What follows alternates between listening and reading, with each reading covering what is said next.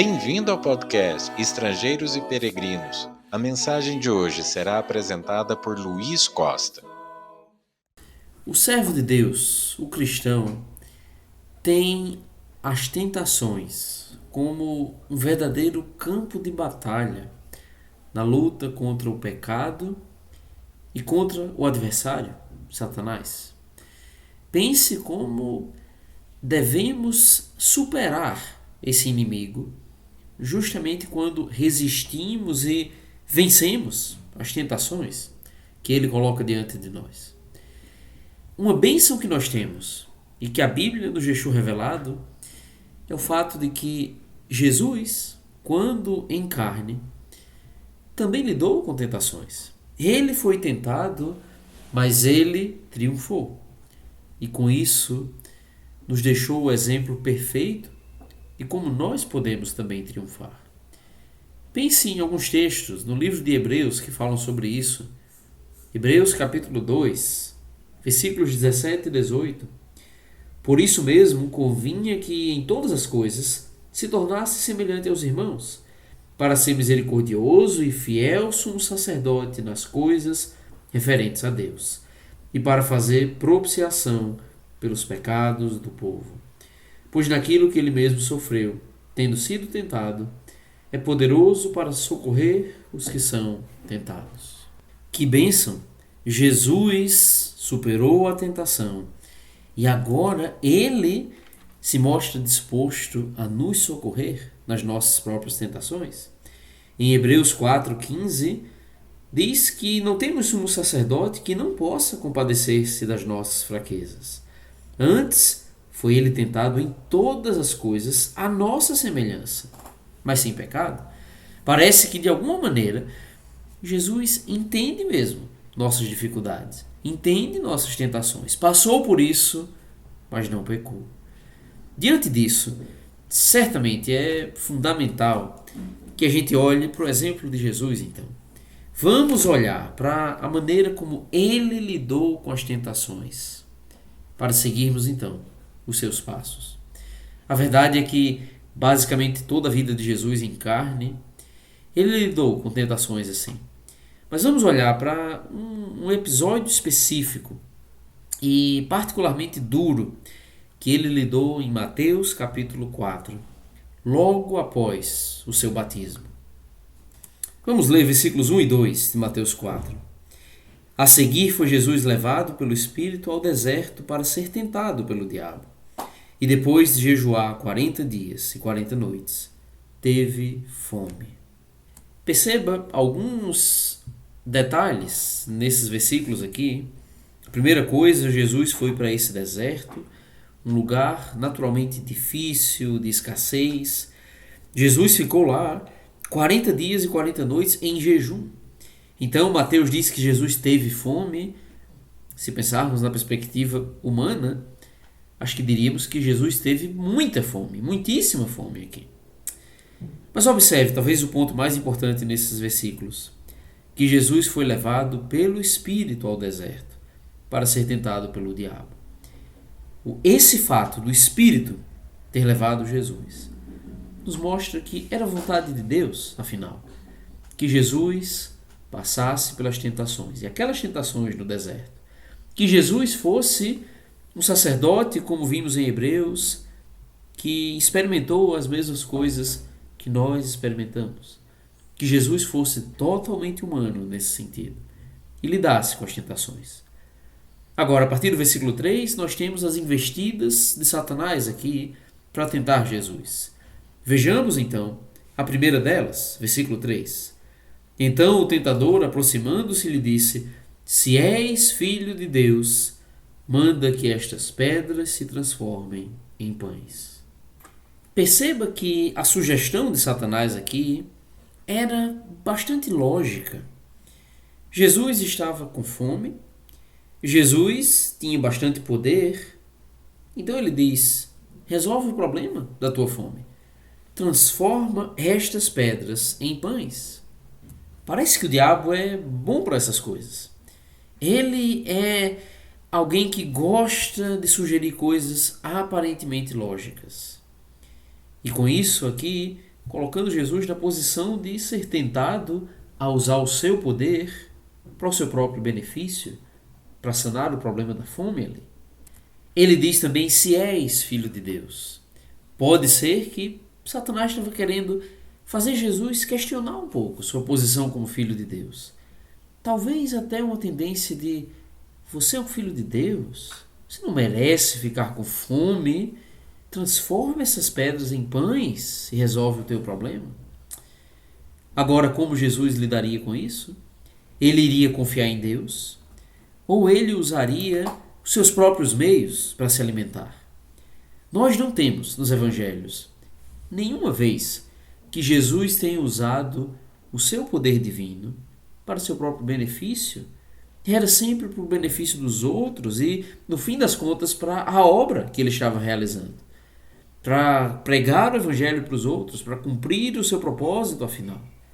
Será que dessa vez Jesus iria usar o seu poder para o seu próprio benefício afinal? No versículo 4 nós temos a resposta de Jesus. Jesus, porém, respondeu: está escrito, não só de pão viverá o homem, mas de toda palavra que procede da boca de Deus. O que nós vamos perceber nessas 3 tentações que Satanás faz a Jesus aqui é como ele sempre se voltava para as Escrituras. Aqui ele faz uma citação de um texto lá de Deuteronômio. Deuteronômio 8, dos versículos 1 a 3.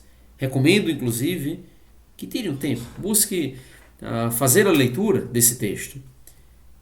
O contexto de Deuteronômio 8 estava falando daquela geração que estava prestes a entrar na Terra Prometida.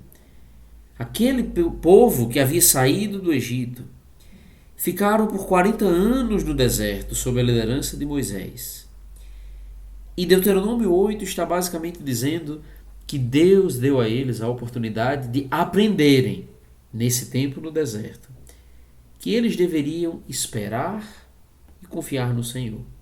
Que Deus até os fez ter fome, eles lidaram com algumas expectativas difíceis talvez em alguns momentos, mas tiveram a oportunidade de aprender a confiar em Deus para conseguir alimento. Deus daria, afinal.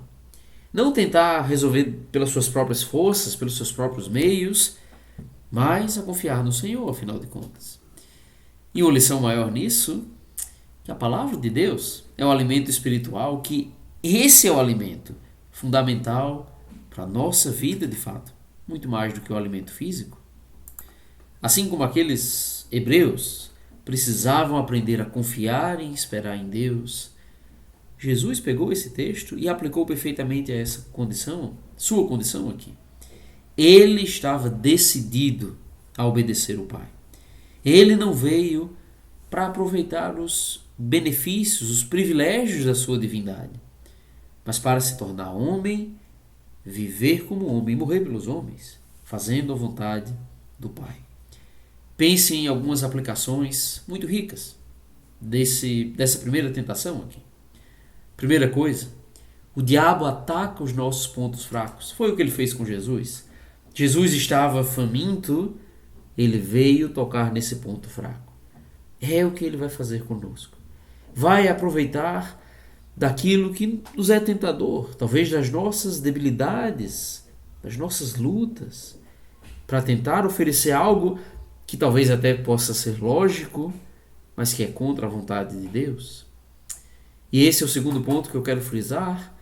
É comum que a tentação pareça plausível aos nossos olhos e até prometa ser a melhor coisa para fazermos. Mas lembre-se, Provérbios 14, 12. Há caminho que ao homem parece direito, mas ao cabo dá em caminhos de morte.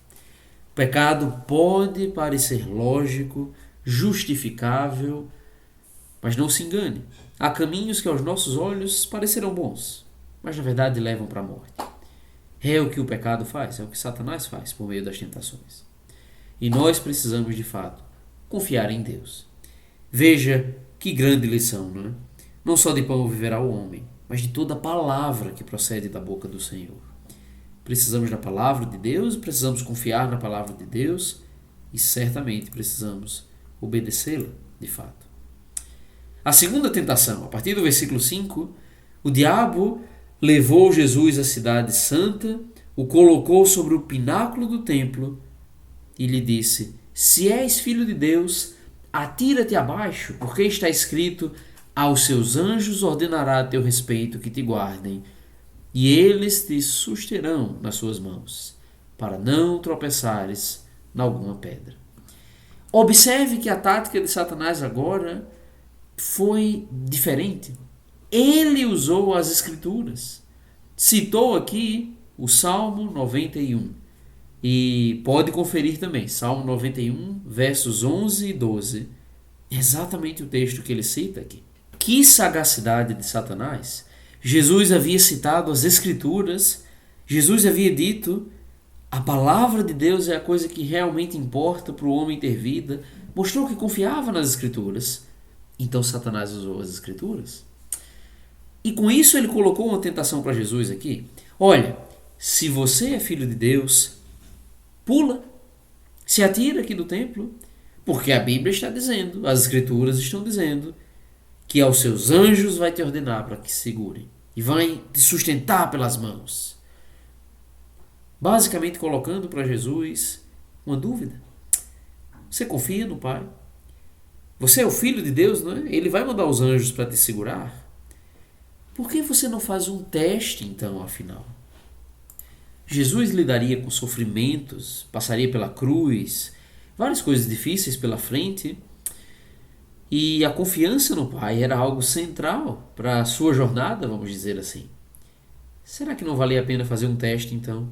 Deus prometeu no Salmo 91 que guardaria. Deixa eu ver se o Senhor vai guardar mesmo. Mas será que seria certo criar uma situação para verificar se Deus é fiel mesmo? Essa era a grande questão para Jesus nessa segunda tentação. Mas mais uma vez Jesus vem com uma bela resposta no versículo 7. Também está escrito: não tentarás o Senhor teu Deus. Jesus responde usando as Escrituras mais uma vez. O diabo disse: olha, está escrito isso. Jesus disse: mas também está escrito outra coisa. E Jesus deixa bem claro: eu confio verdadeiramente no Pai. Eu não vou pô-lo à prova. Eu não preciso disso. Se você confia em alguém, você não faz um teste para verificar isso. Você não testa a fidelidade da sua esposa. Você não testa a confiança do seu pai, do seu filho. Jesus não faria isso com Deus, com o Pai aqui. Agora, pense mais algumas lições nessa segunda tentação. O que o diabo quer fazer conosco? Justamente atacar nossa confiança em Deus. Quer que a gente questione Deus. Que Deus talvez não vai cumprir aquilo que Ele promete nas Escrituras. Será que Deus vai mesmo me perdoar dos meus pecados? Será que Deus vai mesmo me dar condições de resistir às tentações? 1 Coríntios 10:13 diz que o Senhor não permite que sejamos tentados além das nossas forças. Será que isso é verdade? E a gente começa a questionar várias coisas sobre Deus. No fim das contas, quem se alegra com isso? O diabo. Um outro ponto importante nisso: nós não temos o direito de impor exigências ao Senhor. Jesus percebeu isso. Ele não deveria exigir que Deus o salvasse ou colocar verificações para ver se Deus era fiel mesmo. E um último ponto, que eu acho bem relevante nesse segundo caso. Perceba que Satanás usou as Escrituras para tentar a Jesus aqui. Perceba bem o que ele fez. Ele selecionou versos específicos, tirou-os do contexto e distorceu um pouco o seu significado. A lição maior no Salmo 91 não é de algo literal, mas de algo figurado. Que Deus faz isso com seus servos, Deus sustenta os seus servos. Não necessariamente virá mandar anjos para literalmente segurá-los, mas algo que ilustra a proteção que Deus daria. E o diabo pegou 2 versos específicos. Pessoas fazem isso às vezes. Erram no uso das Escrituras. Precisamos de um estudo geral das Escrituras para percebermos que um versículo específico não distorce toda a mensagem bíblica. Temos que verificar bem o contexto. Temos que tomar cuidado para não tratar uma linguagem simbólica como se fosse literal, nem a linguagem literal como se fosse simbólica. Pessoas erram das duas maneiras. Satanás errou aqui. Homens também têm cometido esses mesmos erros até hoje e, distorcendo as escrituras, afastam pessoas, na verdade, de fazerem a vontade de Deus, afinal. E por fim, a terceira tentação, nos versos 8 e 9. Levou ainda o diabo a um monte muito alto, mostrou-lhe todos os reinos do mundo e a glória deles, e lhe disse: tudo isto te darei, se prostrado me adorares. O ponto aqui era que Satanás estava oferecendo um atalho para Jesus. Ele estava mostrando um meio de Jesus reinar, mas sem passar pela cruz. O Velho Testamento fala várias vezes que o Messias iria de fato estabelecer o seu reino. Jesus sabia que ele reinaria afinal. Mas ele também sabia que passaria pela cruz, pela vergonha, a dor, o sofrimento da cruz. Agora, a coroa, a glória, viria após esse sofrimento. Jesus estava diante de uma missão árdua. O seu ministério estava começando aqui. Havia acabado de se batizar. Após essas tentações do deserto, foi que Jesus começou a pregar de fato o Evangelho. Diante de uma missão tão árdua, essas palavras de Satanás, toma o reino aqui, sem ter que passar pelo sofrimento da cruz, seriam palavras certamente tentadoras aos ouvidos de Jesus. Mais uma vez, ele atacou o ponto fraco. Mas veja, a que custo Jesus receberia isso? Satanás fala: me adora, se prostra aos meus pés. E no fim das contas, comete um pecado? A resposta de Jesus, no versículo 10, é matadora. Então Jesus lhe ordenou: retira-te, Satanás, porque está escrito: ao Senhor teu Deus adorarás, e só a Ele darás culto. Uma rejeição direta da parte de Jesus. Jesus veio fazer a vontade do Pai, não a do diabo. Pense nas aplicações, mais uma vez, dessa terceira tentação. Satanás oferece atalhos. Oferece atalhos para muitas igrejas. Prega uma doutrina mais agradável, mais fácil. Utiliza de recursos que Deus não autorizou na Bíblia. Isso vai atrair mais pessoas. De repente, vai parecer que o Evangelho está sendo bem aceito por muitos homens. Atalhos que têm o seu custo, mas que ele tenta oferecer como se fosse algo plausível, ao final de contas. Ele também oferece atalhos por meio de prazeres fáceis. Atalhos para você obter prazer sem ter que passar pelo casamento. Obter dinheiro, lucro financeiro, sem o trabalho árduo, a vida honesta. Atalhos por meio de mentiras. E assim a lista é extremamente longa. Mas é o que Satanás faz. E ele tenta negociar conosco sob a justificativa de boas intenções. Pense, Jesus poderia criar algumas desculpas aqui. De fato, eu vou estar cumprindo a vontade do Pai, reinando depois. O reino, afinal de contas, é o meu destino. Eu vou alcançar por uma via um pouco tortuosa, mas eu vou alcançar isso. E pense como ele tenta colocar diante de nós algumas boas intenções que tentam justificar o erro. Não caia nisso. Não ceda aos atalhos e às mentiras de Satanás. Além dessas lições aqui, quero deixar algumas lembranças fundamentais quando a gente lê um texto e medita num texto como esse de Mateus 4. Primeira coisa, lembre-se que os cristãos têm o mesmo adversário que Jesus teve aqui. O diabo é descrito pelo apóstolo Pedro como um leão que ruge, um adversário que fica em volta, rodeando, buscando a oportunidade de dar o bote. Nós temos esse mesmo adversário e nós temos também tentações semelhantes.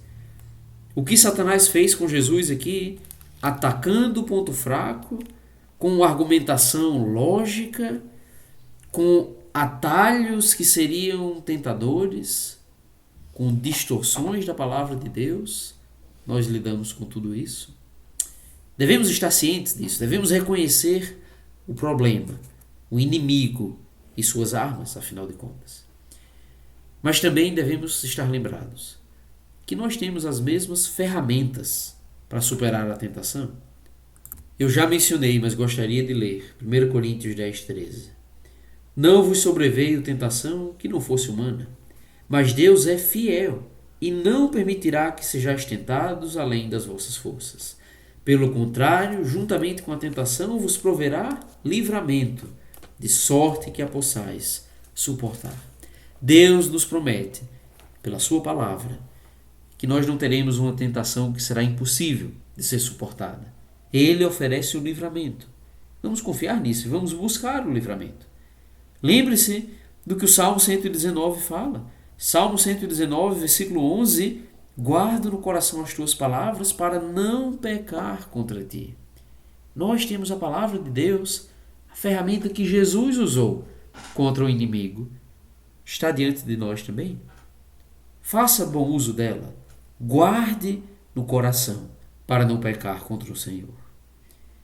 E por fim, não se esqueça jamais que nós temos um Salvador que lidou com a tentação, mas não pecou, e hoje está disposto a socorrer os seus servos. Jesus Cristo. Obrigado por nos acompanhar nessa jornada pelas Escrituras. Volte amanhã para ouvir mais uma mensagem do podcast Estrangeiros e Peregrinos. Viajar.